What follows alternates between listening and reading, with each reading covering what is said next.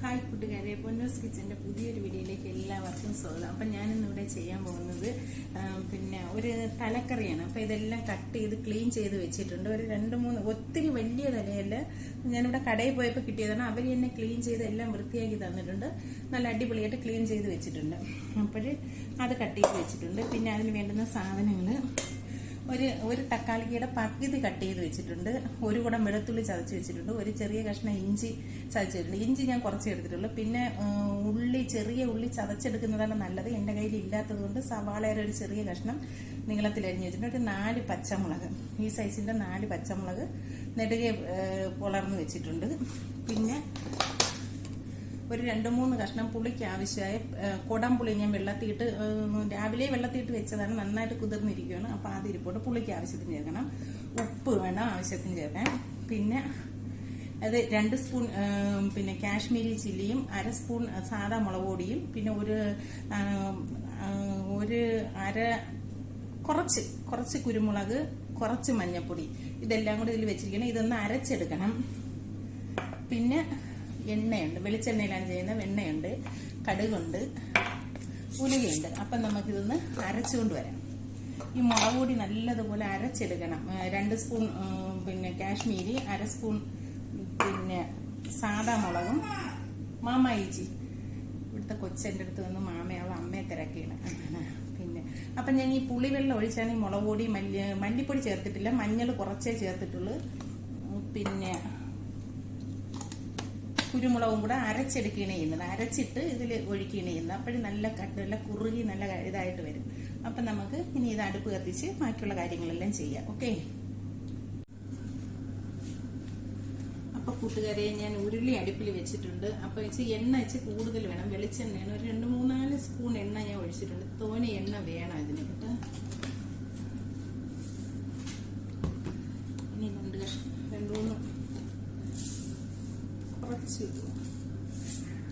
3-4 ഉലുവ ഇട്ടേക്കേ. അപ്പോഴേ ഞാൻ ഉലുവ ഇട്ടിട്ടുണ്ട്. ഇനി നമുക്ക് സ്വയം കടുക് ഇട്ട് കൊടുക്കാം.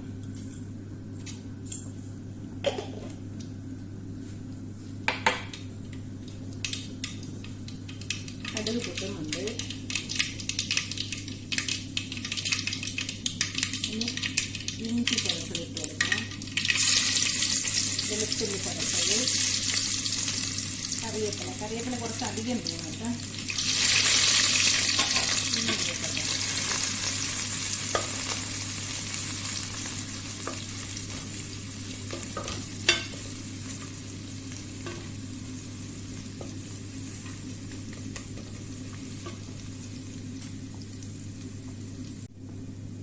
അപ്പം നമ്മുടെ വെളുത്തുള്ളിയൊക്കെ നല്ലോണം വാടി വന്നിട്ടുണ്ട്. ഇനി നമുക്ക് അതിലോട്ട് ഉള്ളി ഇട്ട് കൊടുക്കാം.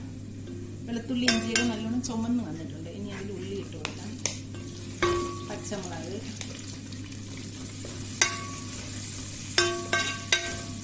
തക്കാളിക്ക് ഇച്ചിരി ഒന്ന് കാണട്ടെ, ഒരുപാട് വേണ്ട, ശകലം ഒന്ന് കാണട്ടെ.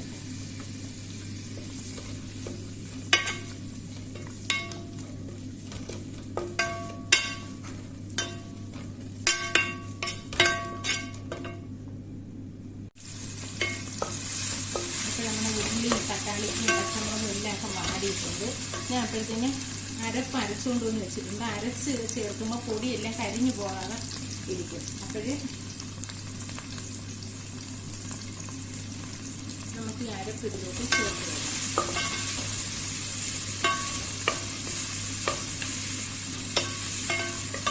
അരച്ച് വെച്ചിരിക്കുകയാണ്.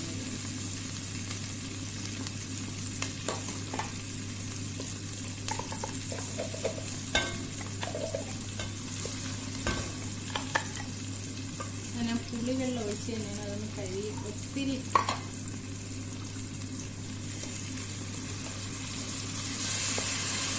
അരപ്പിന്റെ പച്ചമണമൊക്കെ ഒന്ന് മാറുന്ന വരെ ഇതിന് കിടക്കാം. അപ്പോഴത്തേക്ക് നമുക്ക് പുളിയും കൂടെ ഇട്ട് കൊടുക്കാം.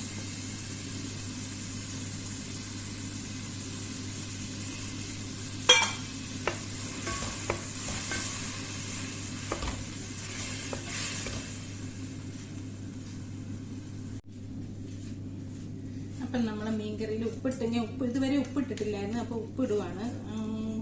ആദ്യം കുറച്ചിടാൻ വേണമെങ്കിൽ പിന്നെ ഇട്ട് കൊടുക്കാം. ഉപ്പ് ഇട്ടിട്ടുണ്ട്.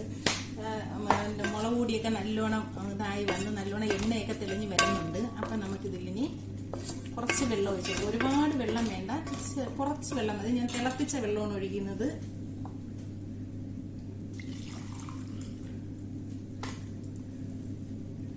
കുറച്ച് മിക്സിയിലെ ജാറൊക്കെ കഴുകിയൊന്ന് അഴിച്ചു കൊടുക്കാം.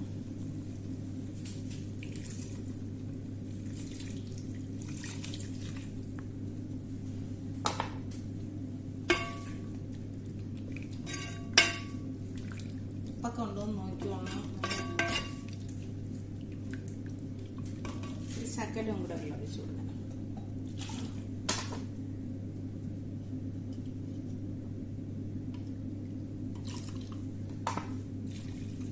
ഇത്രയും വെള്ളം മതി, ഇതിന് ആവശ്യമില്ല. ഇതൊന്ന് തിളക്കട്ടെ. കറി തിളച്ചിട്ട് നമുക്ക് മീൻ ഇട്ട് കൊടുക്കാം. ഇച്ചിരി നേരം ഒന്ന് തിളക്കട്ടെ. അപ്പം നമ്മുടെ കറി തിളച്ചൊന്ന് നോക്കാം. തിളച്ചിട്ട് വേണം നമുക്കിതിൽ മീൻ ഇടാനുള്ളത്. അപ്പോൾ കറി തിളയ്ക്കുന്നുണ്ട്. ഒരുപാട് പുളിപ്പ് കൂടുതലാണെങ്കിൽ അതിൽ നിന്ന് നമുക്ക് ഇട്ട പുളി ഇനി കറക്കി മാറ്റാൻ കുറച്ച് കഴിഞ്ഞിട്ട്. ഒരുപാട് വലിയ തലയൊന്നും അല്ല എങ്കിലും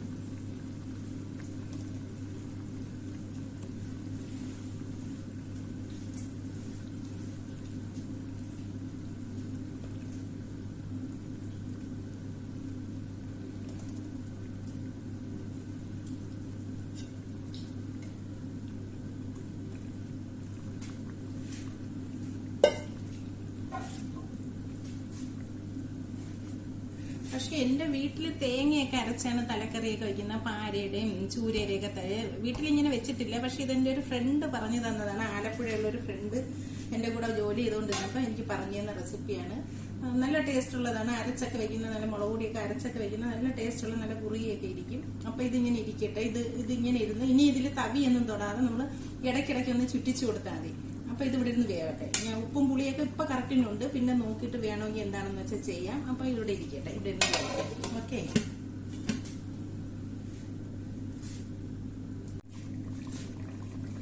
അപ്പൊ കൂട്ടുകാരെ, എന്റെ തലക്കറി റെഡി ആയിട്ടുണ്ട്. ഇനി അതിൽ കുറച്ച് ഒരു ശകല എണ്ണ, പച്ച വെളിച്ചെണ്ണ ഒഴിച്ചു കൊടുത്തിട്ട്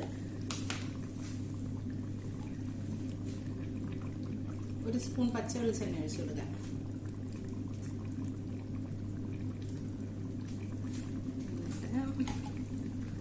കുറച്ച് കറിവേപ്പില, പച്ചക്കറിവേപ്പില. ഓക്കെ.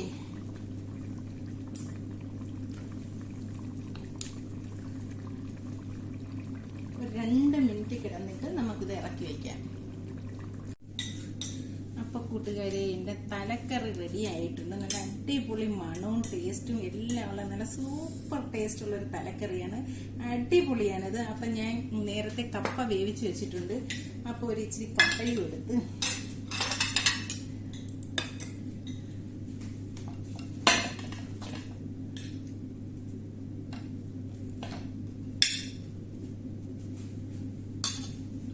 കപ്പ ഞാൻ നേരത്തെ വേവിച്ച് വെച്ചിട്ടുണ്ടായിരുന്നു.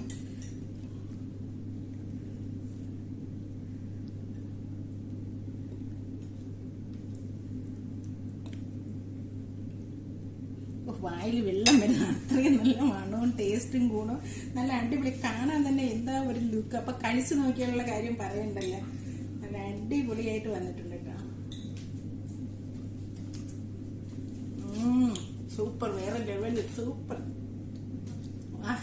ഒന്നും പറയാനില്ല. ഇതൊന്ന് കഴിച്ചു നോക്കണം കൂട്ടുകാരെ. നല്ല അടിപൊളി ടേസ്റ്റുള്ള നല്ല അടിപൊളി തലക്കറിയാണ്. നിങ്ങൾ വെച്ചിട്ടില്ലാത്തവർ ഒരിക്കലെങ്കിലും ഒന്ന് വെച്ച് കഴിച്ചു നോക്കി. സൂപ്പർ ടേസ്റ്റുള്ള തലക്കറിയാണ്. അപ്പം എന്റെ വീഡിയോ ഇഷ്ടപ്പെട്ടെങ്കിൽ ലൈക്ക് ചെയ്യണം, ഷെയർ ചെയ്യണം, സബ്സ്ക്രൈബ് ചെയ്യണം. പിന്നെ ഫേസ്ബുക്ക് പേജിലാണ് കാണുന്നതെങ്കിൽ ഫോളോ ചെയ്യണം. അപ്പൊ അടുത്ത വീഡിയോ കാണുമ്പോഴേ ബൈ.